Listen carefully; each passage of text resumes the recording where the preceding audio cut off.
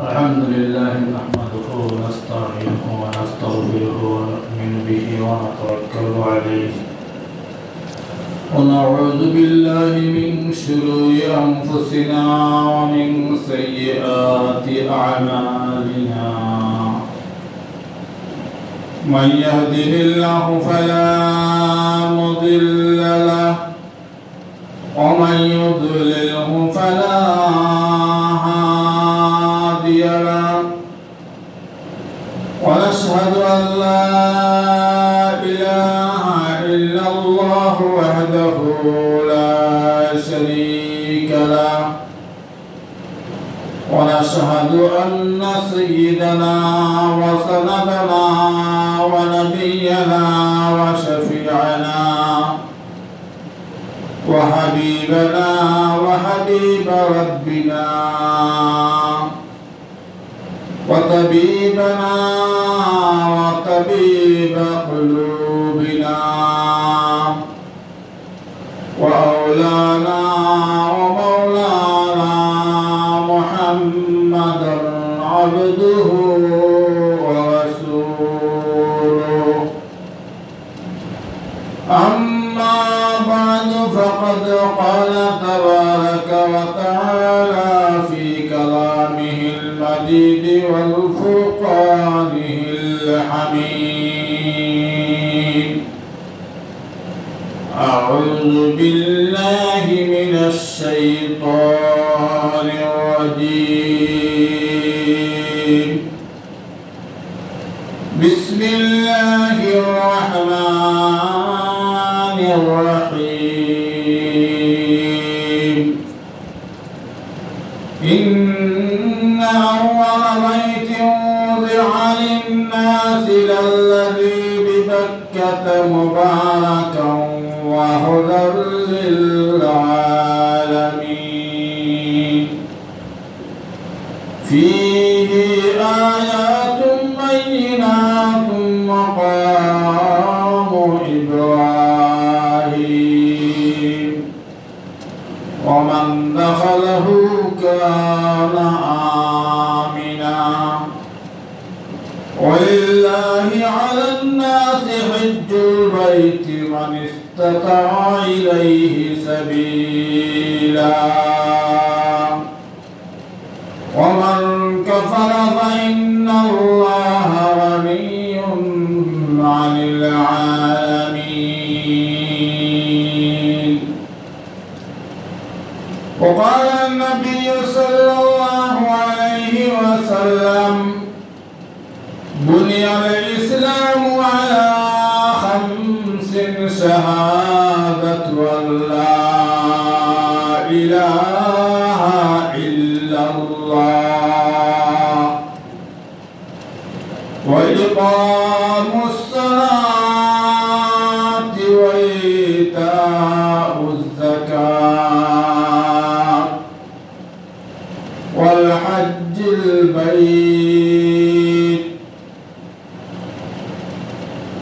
والحج البيت وصوم رمضان أو كما قال عليه الصلاة والسلام بارك الله لنا ولكم في القرآن العظيم ونفعنا وإياكم بالآيات والذكر الحكيم إنه تعالى جواد كريم ملك بر رؤوف رحيم ربنا تقبل منا إنك أنت السميع العليم وتب علينا يا مولانا إنك أنت التواب الرحيم رب اشرح لي صدري ويسر لي أمري واحلل عقدة من لساني يفقه قولي صلى الله على سيدنا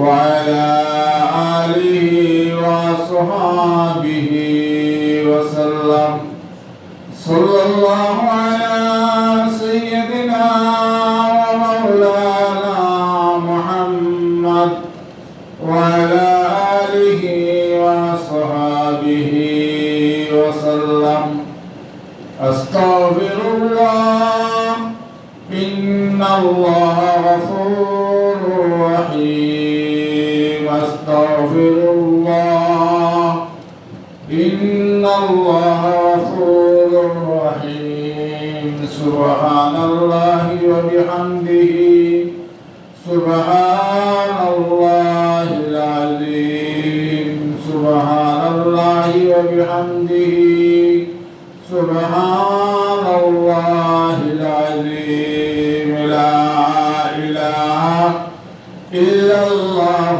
محمد رسول الله لا إله إلا الله محمد رسول الله محترم हाज़िरीन अल्लाह तबारक व तआला असंख्य গণিত শুকরিয়া যে মহান রব্বুল আলামিন অত্যন্ত দয়ার মেহেরবানি করে আমাদেরকে পবিত্র জুমার দিন শুক্রবার দিন সর্বাগ্রে আল্লাহর মসজিদে আসার তৌফিক দান করলেন। এই জন্য আমরা মহান রবের দরবারে কৃতজ্ঞতা চিত্তে আল্লাহ শুকরিয়া আদায় করি, বলি আলহামদুলিল্লাহ। আল্লাহ তাবারাক ওয়া তাআলা শুকরিয়া আদায় করলে আমাদের অনেক ফায়দা, আমাদের অনেক উপকার, আমাদের অনেক লাভ। আমরা আল্লাহ শুকরিয়া যত বেশি আদায় করব আল্লাহ তাবারাক ওয়া তাআলা আমাদের উপর তত বেশি রাজি আর খুশি হয়ে নেক কাজ করার তৌফিক দান করবেন। এজন্য সর্ব অবস্থায় আল্লাহ শুকরিয়া আদায় করা সকল মুমিন মুসলমানের, নারী পুরুষ সকলের দায়িত্ব। শুক্রবার দিন এটা মুসলিম জাতির জন্য অত্যন্ত গুরুত্বপূর্ণ একটা দিন। এই শুক্রবার দিনের কিছু আমাল, কিছু নেক আমল আছে, এগুলো করতে পারলে আমাদের ইহকালে শান্তি, পরকালে মুক্তি পাওয়া যায়। এই আমলগুলো যদি আমরা আদায় করার নিয়ত করি, আমরা যদি শোনার পরে মনে করি যে আজকে শুনলাম, আগামী বা আজকের জুমা থেকে বা আগামী জুমা থেকে আমি এগুলো সর্বদা আমার জীবনে যতটা জুমা পাবো, শুক্রবার পাবো, আমি আদায় করব, এই আমলগুলো আমি করার চেষ্টা করব, এরকম নিয়ত যখন আমরা করব তখন আল্লাহ তাবারাক ওয়া তাআলা নিয়ত করার সাথে সাথে বান্দার নামায়ে আমলের মধ্যে লিখে দেন একটা নেকি করে ফেলেছে। সুবহানাল্লাহ। আর যখনই আমল বাস্তবায়িত করতে লাগে, আমল করতে শুরু করে দেয়, তখন আল্লাহ তাআলা তার একটা নেকির পরিবর্তে তাকে 10টা নেকি দান করেন।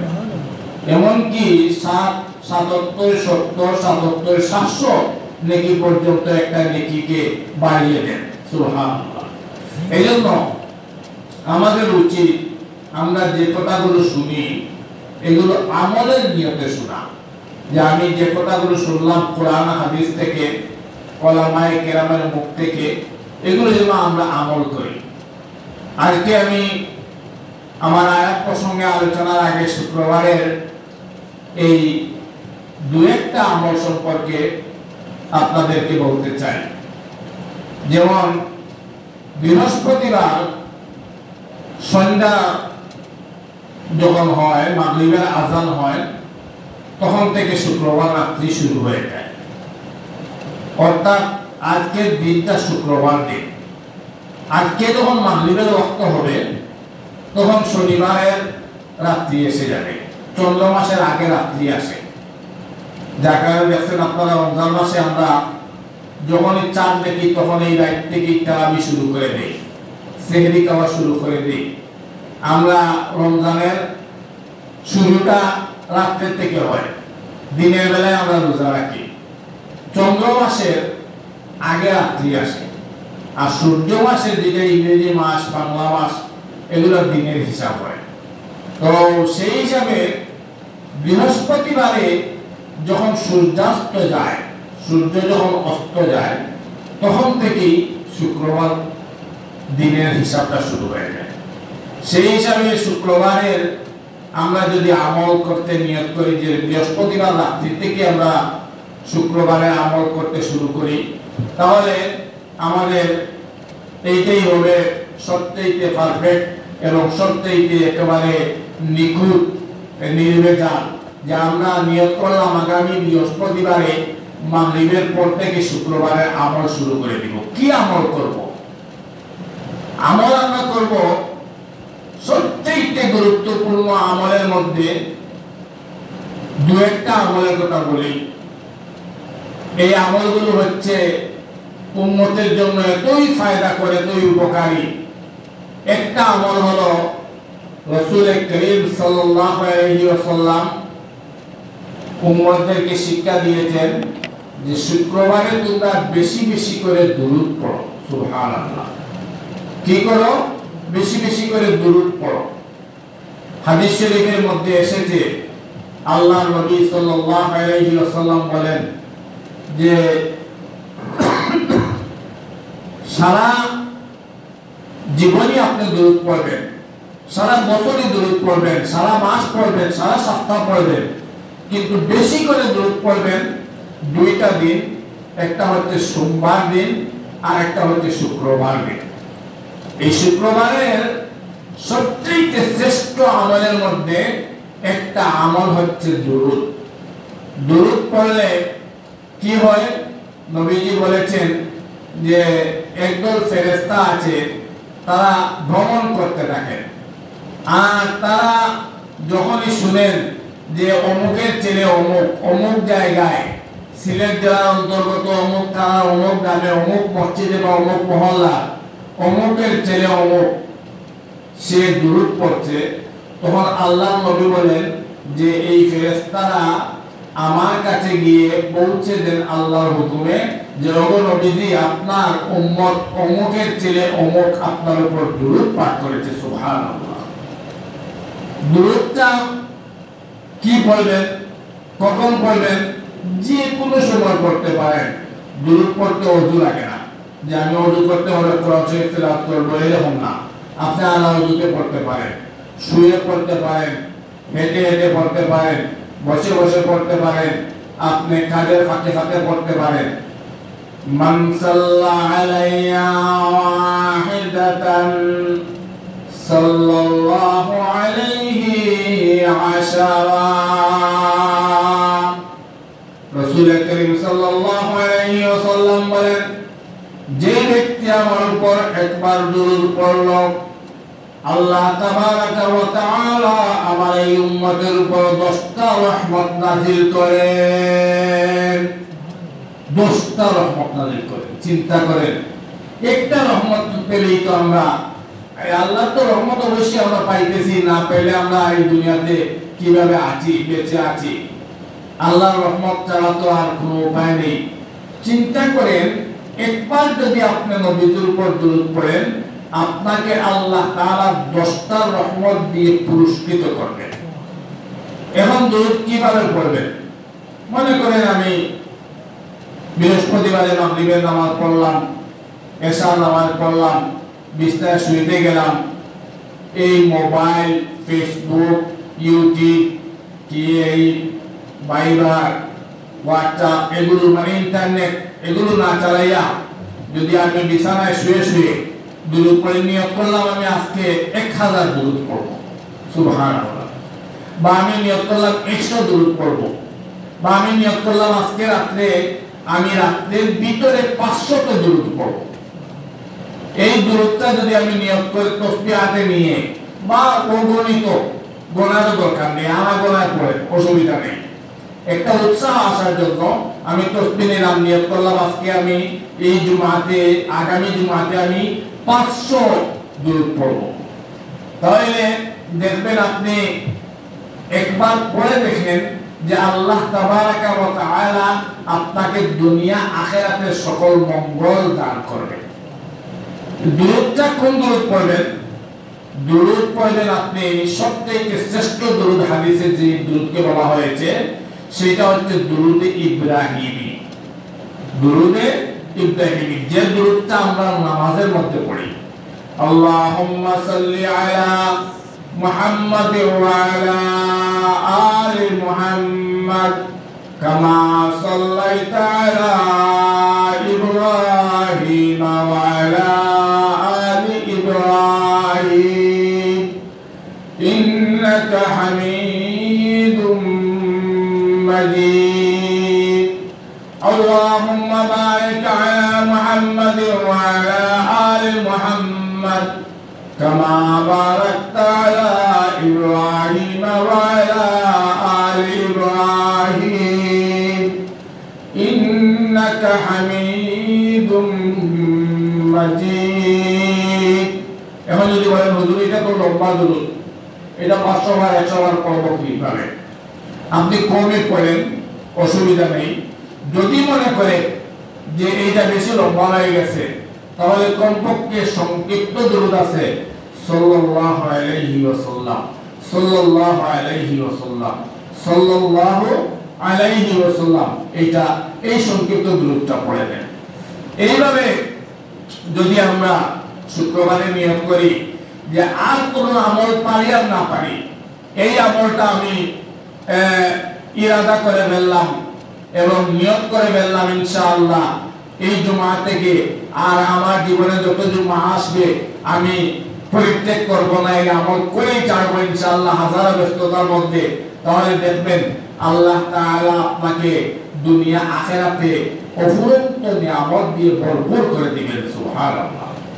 আরেকটা দুরূদ আছে, একটা দুরূদ আছে শুক্রবারে আসরের নামাজের পর। মনে করেন মসজিদে আসরের নামাজ পড়তে গেছেন বা ঘরে আপনি পড়লেন নামাজ, মসজিদে যেতে পারছেন না, আপনি কারোর সাথে কোনো কথা না বলে আসরের নামাজে পড়ে ওই যায় নামাজে বসে বসে একটা দুরূদ আছে 80 বার যদি পড়ে, তাহলে হাদিস শরীফের মধ্যে এসেছে আল্লাহ তাবারাকা ওয়া তাআলা বান্দা বা বান্দির 80 বছরের সগীরা গুনাহ মাফ করে দেন। এই দুরূদটা কি এত গুরুত্বপূর্ণ দুরূদ, যে দুরূদটা যে 80 বার পড়লে আল্লাহ তাআলা 80 বছরের সগীরা গুনাহ মাফ করে দেন। এই দুরূদটা আমাদের জানা দরকার।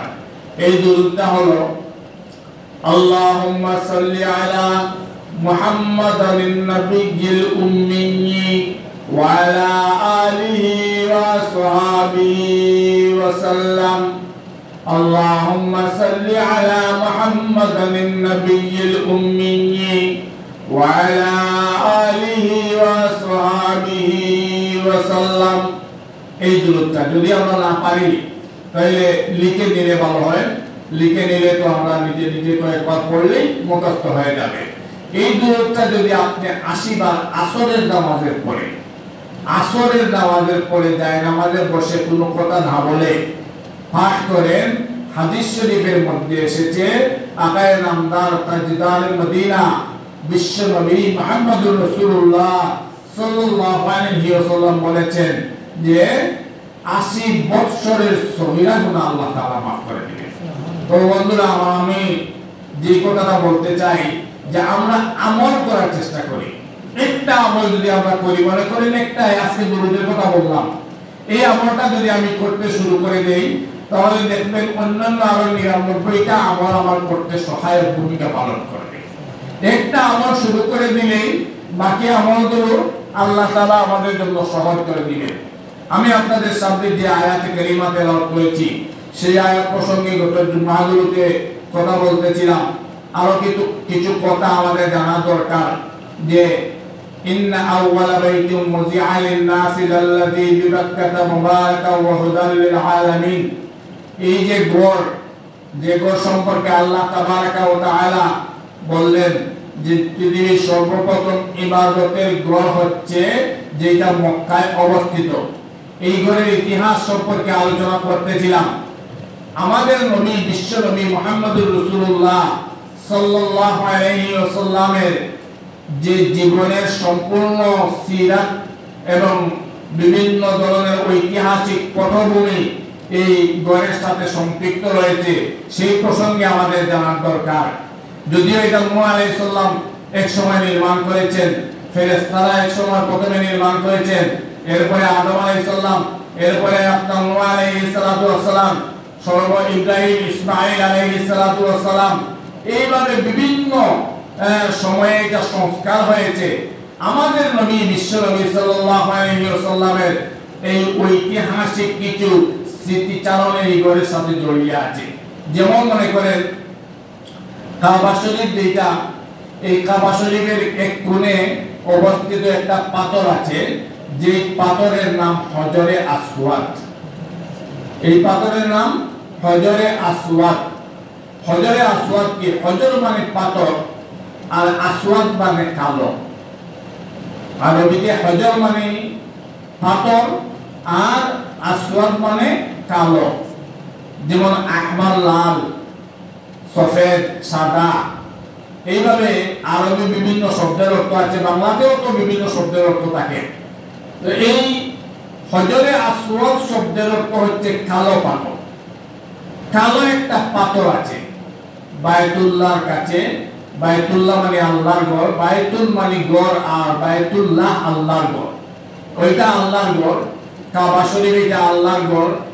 এই বায়তুল্লাহর এক কোণে একটা পাথর আছে, সেই পাথরের নাম হজরে আসওয়াদ।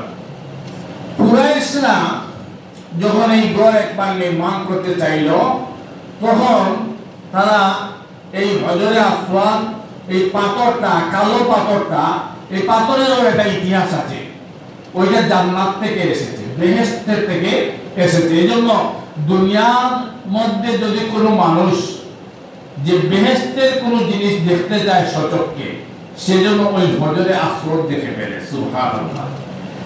বেহেশতের, আমরা তো মৃত্যুর পরে হয়তো আমাদের বেহেশত হবে, যারা জান্নাতে যাব, আমরা বেহেশতে যাব, তারা তো বেহেশতের নাজ ও নিয়ামত তখন সচক্ষে অবলোকন করতে পারবো। এখন যদি দুনিয়াতে কেউ জান্নাতের কোনো নিয়ামত দেখতে চায়, তাহলে সে যেন ওই হজরে আসওয়াদ দেখে ফেলে। হজরে আসওয়াদ এর জান্নাত থেকে এসেছে, বেহেশত থেকে এসেছে। আল্লাহ তাবারাকা ওয়া তাআলা এই পাথরকে, পাথরের ইতিহাস হলো যে এটা সাদা পাথর ছিল। এটা সাদা পাথর ছিল। উম্মতের গুনাহ, চুম্বক আছে না, চুম্বকের মতো চুষতে চুষতে ওই পাথরটা কালো হয়ে গেছে। সুবহানাল্লাহ। এই পাথরের কোনো ক্ষমতা নেই, এটা সম্পূর্ণ আল্লাহর ক্ষমতা। আল্লাহ তাআলা যেটা যাকে যে নির্দেশ করবে সেটা সেই সময় হবে। গাছকে নির্দেশ করলে গাছ কথা বলতে বাধ্য। আল্লাহ তাআলা যদি মনে করেন যে এখানে একটা জড় পদার্থকে কথা বলার তৌফিক দেন, সে কথা বলতে পারবে, বড় কথা বলতে পারবে। আল্লাহ যদি তৌফিক দিয়ে দেন, আল্লাহ যদি এটা চান, যার চাল মালিকের তাই হবে।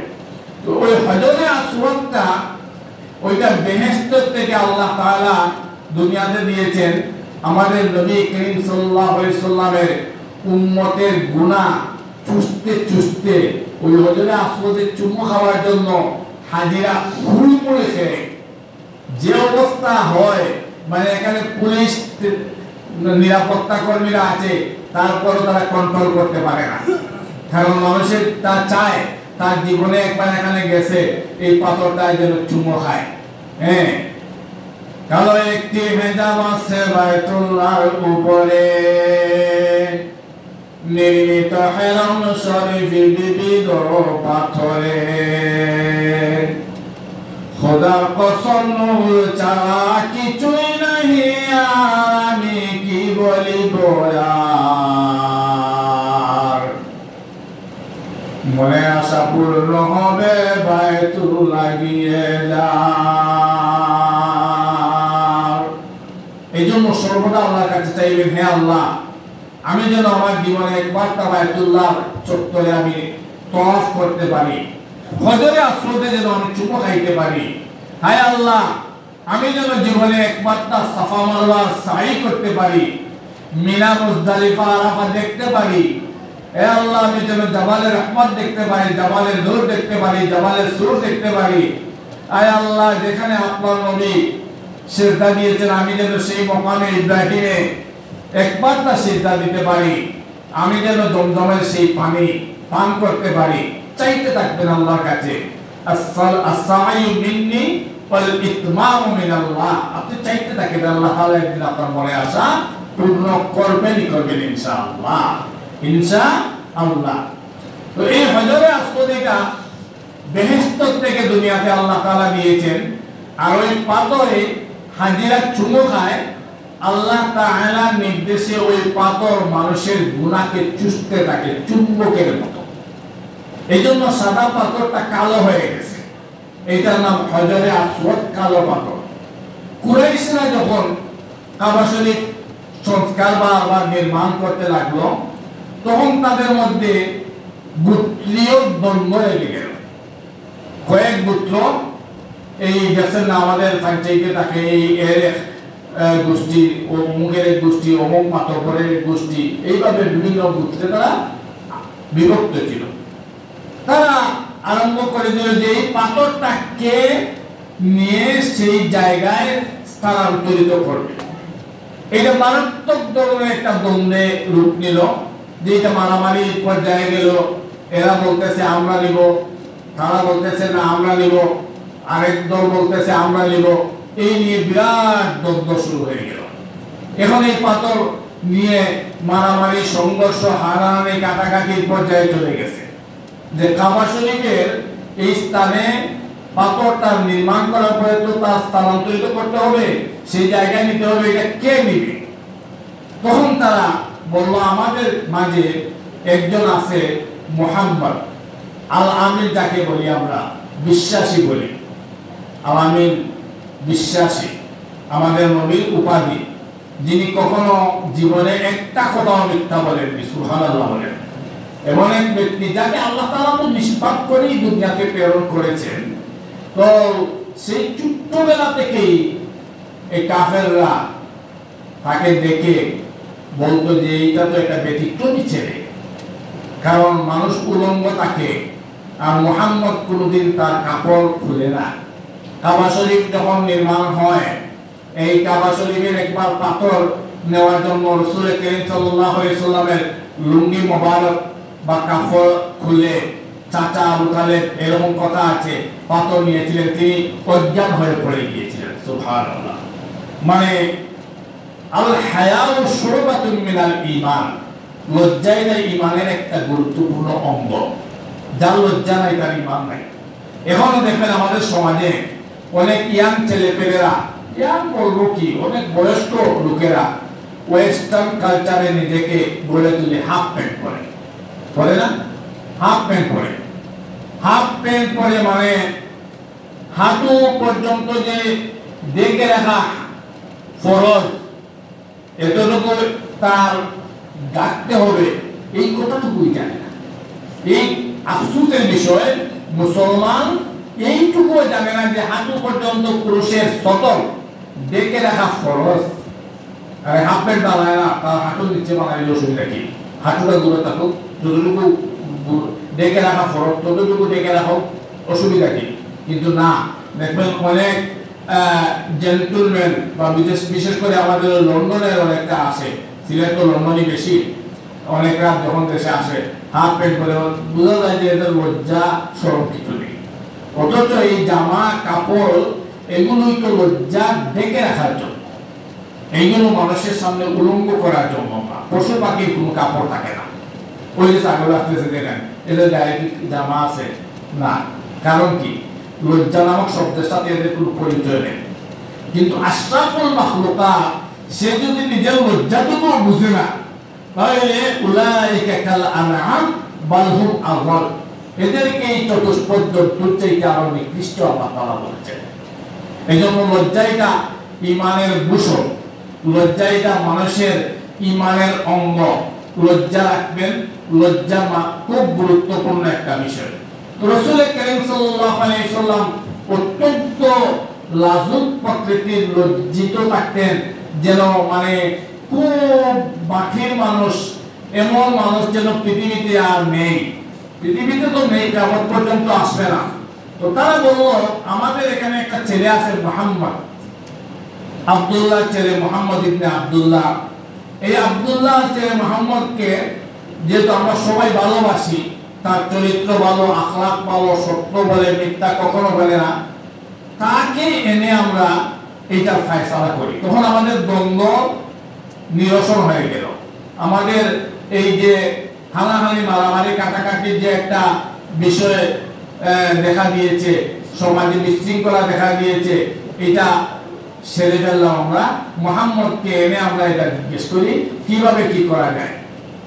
তো তারা মুহাম্মদুর রাসূলুল্লাহ সাল্লাল্লাহু আলাইহি ওয়াসাল্লামকে ডাকলো, বলল, হে মুহাম্মদ, আমরা একটা বিষয় নিয়ে খুব ঝামেলায় পড়ে গেছি যে এই কাবা শরীফ নির্মাণ করে হজরে আসওয়াদ এই পাথরটা এখানে স্থানান্তরিত করার জন্য আমাদের মধ্যে পরস্পর দ্বন্দ্ব দেখা দিয়েছে। আমরা এই দল বলতেছে তারা নিবে, সেই দল বলতেছে আমরা এটা স্থানান্তরিত করব, সেই দল বলতেছে এটা আমরা নিব, আর আমাদের মধ্যে নিয়ে অনেক ধরনের বড় বড় গন্ডগোল হওয়ার সম্ভাবনা। তোমাকে আমরা আনলাম এই বিষয়ে তুমি একটা ফয়সালা দাও। বলেন সুবহানাল্লাহ। রাসূল করিম সাল্লাল্লাহু আলাইহি ওয়াসাল্লাম ছোট্ট বালক, কিন্তু এই পৃথিবীর সবচেয়ে বড় বিচারক বা হাকিম যে সে যে ফয়সালা দিতে পারে, ছোট্ট বালক মুহাম্মদ সেই ফয়সালা দিয়ে দেয়। সুবহানাল্লাহ। রাসূল করিম সাল্লাল্লাহু আলাইহি ওয়াসাল্লাম বললেন, আমাকে যদি আপনারা এই বিষয়ে ফয়সালার জন্য বলেন, তাহলে আমি যে ফয়সালা দিব আপনারা সেইটা মেনে নেবেন। সবাই বলেন আলহামদুলিল্লাহ।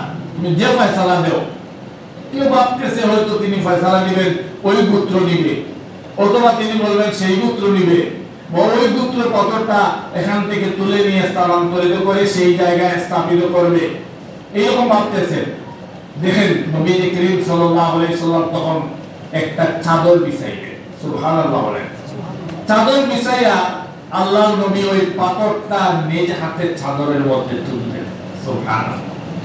এবং ওই চার পুত্র যারা দ্বন্দ্বের মধ্যে লিপ্ত হয়ে গেছে তাদেরকে বললেন সবাই ওই চাদরের মধ্যে ধরবেন। সুবহানাল্লাহ। এখন সবাই এসে ওই চাদরের মধ্যে ধরলো, আর সবাই নেওয়া হয়ে গেল, দ্বন্দ্ব শেষ হয়ে গেল, আর ওই হজরে আসওয়াদ আবার কাবার এই কোণে স্থাপিত করা হয়ে গেল। সুবহানাল্লাহ। নবী করিম সাল্লাল্লাহু আলাইহি ওয়াসাল্লাম এই সমস্যার সমাধান করে দিলেন। তখন কাবা শরীফ নির্মিত হলো। এই কাবা এইটা নূরের তৈরি। আল্লাহ তাবারাকা ওয়া তাআলা এটা থেকে নূরকে আলোকিত করে সারা পৃথিবীতে হেদায়েতের আলো ছড়িয়ে দেন। এইজন্যই হুদাল লিল আলামিন, এটা সারা জগতের জন্য হেদায়েতের আলোক বর্তিকা। আমরা যেন আল্লাহর কাছে চাই, হে আল্লাহ, আমরা সর্বদা আমাদের এই চাওয়ার পাওয়া যে মৃত্যুর আগে একবার যেন এই কালো হেজালওয়ালা কাবায় আমরা গিয়ে তা কাবার গিলাফে ধরে যেন একবার কাঁদতে পারি, চোখের পানি ফেলতে পারি, আল্লাহর কাছে চাইতে পারি। একবার যদি আমরা যাইতে পারি, তাহলে রাসূল করিম সাল্লাল্লাহু আলাইহি সাল্লাম বলেছেন, যেই ব্যক্তি হজ করলো সেই ব্যক্তি মায়ের গর্ভ থেকে যেইভাবে নিষ্পাপ হয়ে জন্মগ্রহণ করলো, যেন সে এইভাবে আবার জন্মগ্রহণ করলো। সুবহানাল্লাহ। এইজন্য আমি আজকে যে হাদিসটা পড়েছি, এই হাদিসটা হলো বুনিয়াল ইসলামু আলা খামসিন শাহাদাতু আল্লা ইলাহা ইল্লাল্লাহ ওয়া আন্না মুহাম্মাদান আবদুহু ওয়া রাসূলুহু। ইসলামের পাঁচটা স্তম্ভ। একটা ঘর দাঁড়াইতে হইলে ঘরের কয়টা পিলার লাগে? চার কোণে চারটা পিলার লাগে। তাঁবু টাঙ্গাইতে হইলে তাঁবুর চার কোণে চারটা খুঁটি লাগে, মাঝখানে আরেকটা খুঁটি লাগে। এটা হলো তাঁবুর সিস্টেম। তাঁবু যেভাবে টাঙ্গায় এইভাবে টানানো হলে তার চার কোণে চারটা খুঁটি থাকে, আর মধ্যখানে একটা খুঁটি থাকে, ওইটার নাম তাঁবু। আর ঘর এইভাবে নির্মাণ করতে হলে আমরা বেজ দেই, আমরা পিলার দেই। চার কোণে কমপক্ষে চারটা বড় বড় পিলার দিয়ে শুরু করতে হয়, যাতে এই চার কোটির উপর বা পাঁচটা কোটির উপর এই পিলার ঘরটা দণ্ডায়মান থাকে। নবী করিম সাল্লাল্লাহু আলাইহি সাল্লাম বলেন, ইসলামের এইভাবে পাঁচটা স্তম্ভ, পাঁচটা কোটি, পাঁচটা ভিত্তি, পাঁচটা বুনিয়াদ। ভিত্তি বলেন, বুনিয়াদ বলেন, স্তম্ভ বলেন, যাই বলেন, সব এক কথা। মূল বেসিক একেবারে চারটা কোটি। এই চারটা পাঁচটা কোটি, পাঁচটা না থাকলে ইসলাম নামক বৃহৎ দণ্ডায়মান থাকবে না। একটু দেখি বর্তমানে ইন্টারনেটে অনেকে ওই যে কুইজ প্রতিযোগিতা, 60 বছরের বৃদ্ধ তাকে বলে, আপনি গতকালকে দেখলাম একজন বৃদ্ধ 60-65 বয়স হবে, তাকে জিজ্ঞেস করতেছে আপনি কয়টা সূরা পারেন, বলতেছে মাত্র 2টা সূরা পারেন। বলতেছে দুইটা পারেন, ওই 2টা সূরাই বলেন।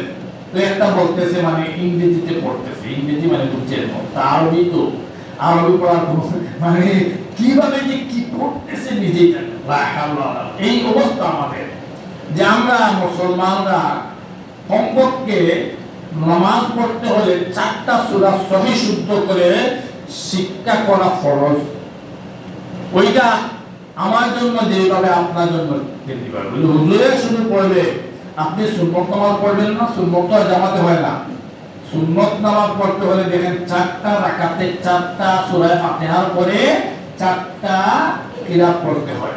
ছোট্ট ছোট্ট 4টা সূরা আপনি মুখস্থ করে ফেলেন, কুল হুয়াল্লাহ, ইন্না আতাইনা, ওয়াল আসরি বা তাব্বাত ইয়াদা, এইভাবে ছোট্ট ছোট্ট 4টা সূরা সহি শুদ্ধ করে বাস আপনি সব নামাজ পড়তে পারবেন, সব নামাজ পড়তে পারবেন। তো এই যে কি বলতেছিলাম, রাসূল করিম সাল্লাল্লাহু আলাইহি ওয়াসাল্লাম বলেছেন, তালাবুল ইলমি ফরিদাতুন আলা কুল্লি মুসলিম, সকল মুসলমান নরনারীর উপর প্রয়োজন মতো ইলম অর্জন করা ফরজ। প্রয়োজনীয় ইলম যতটুকু করলে আপনি ফরজ, ওয়াজিব, সুন্নাত, মুস্তাহাবিগুলো বুঝবেন, আদায় করতে পারবেন, এতটুকু ইলম অর্জন করা আপনার জন্য ফরজ। নবী করিম সাল্লাল্লাহু আলাইহি ওয়াসাল্লাম বলেন, বুনিয়াল ইসলাম আলা খামসিন, শাহাদাতু আল্লা ইলাহা ইল্লাল্লাহ ওয়া আন্না মুহাম্মাদান আবদুহু ওয়া রাসূলুহু।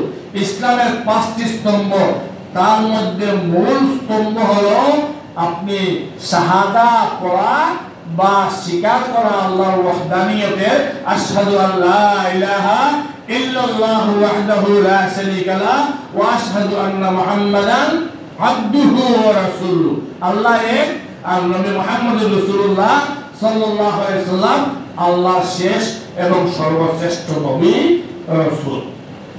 এই পাইলাম একটা। 2 নম্বর হলো ইকামিস সালাত, নামাজ কায়েম করুন, ওয়া ইতাইজ যাকাত, যাকাত দান করুন, ওয়াল হজ্জ,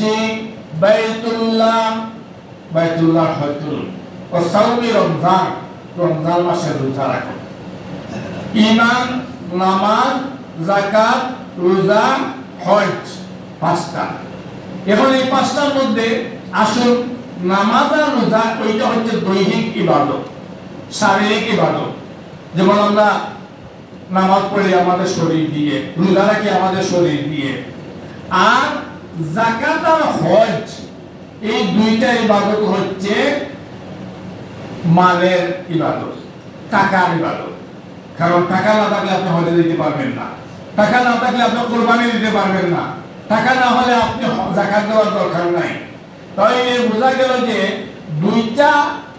5টার মধ্যে প্রথমটা সবার মধ্যে থাকতে হবে, আর সেই 4টার মধ্যে 2 ভাগে ভাগ করলে একটা শারীরিক আর একটা আর্থিক। আমাদের সমাজে, রাষ্ট্রে শারীরিক যে ইবাদতগুলো এটা আদায় হয়, কিন্তু আর্থিক যে ইবাদত হজ এবং যাকাত এইটা খুব কম মানুষে আদায় করে। এইজন্য রাসূলুল্লাহ সাল্লাল্লাহু আলাইহি সাল্লাম বলছেন, যে ব্যক্তির উপর হজ ফরজ হলো অথচ সে হজ করলো না, চাই সে ইহুদি বা নাসারা হয়ে মৃত্যুবরণ করুক, আমার এতে আসে যায় না। নাউযুবিল্লাহ। কত বড় ধমকি বা ওয়াইদ আল্লাহ রাসূল দান করেছেন। যাই হোক, এই প্রসঙ্গে ইনশাআল্লাহ হজ প্রসঙ্গে আরো আলোচনা দরকার আছে। আগামীতে বলবো আল্লাহ তাবারাকা ওয়া তাআলা যেন আমাদের সবাইকে হজ্জে মবরুর, হজ্জে মকবুল, উমরা জিয়ারত নসিব করেন, মক্কা মদিনা সফরের জন্য তৌফিক দান করেন। সবাই বলে আমিন। ওয়া আখিরু দাওয়ানা আলহামদুলিল্লাহি রাব্বিল আলামিন।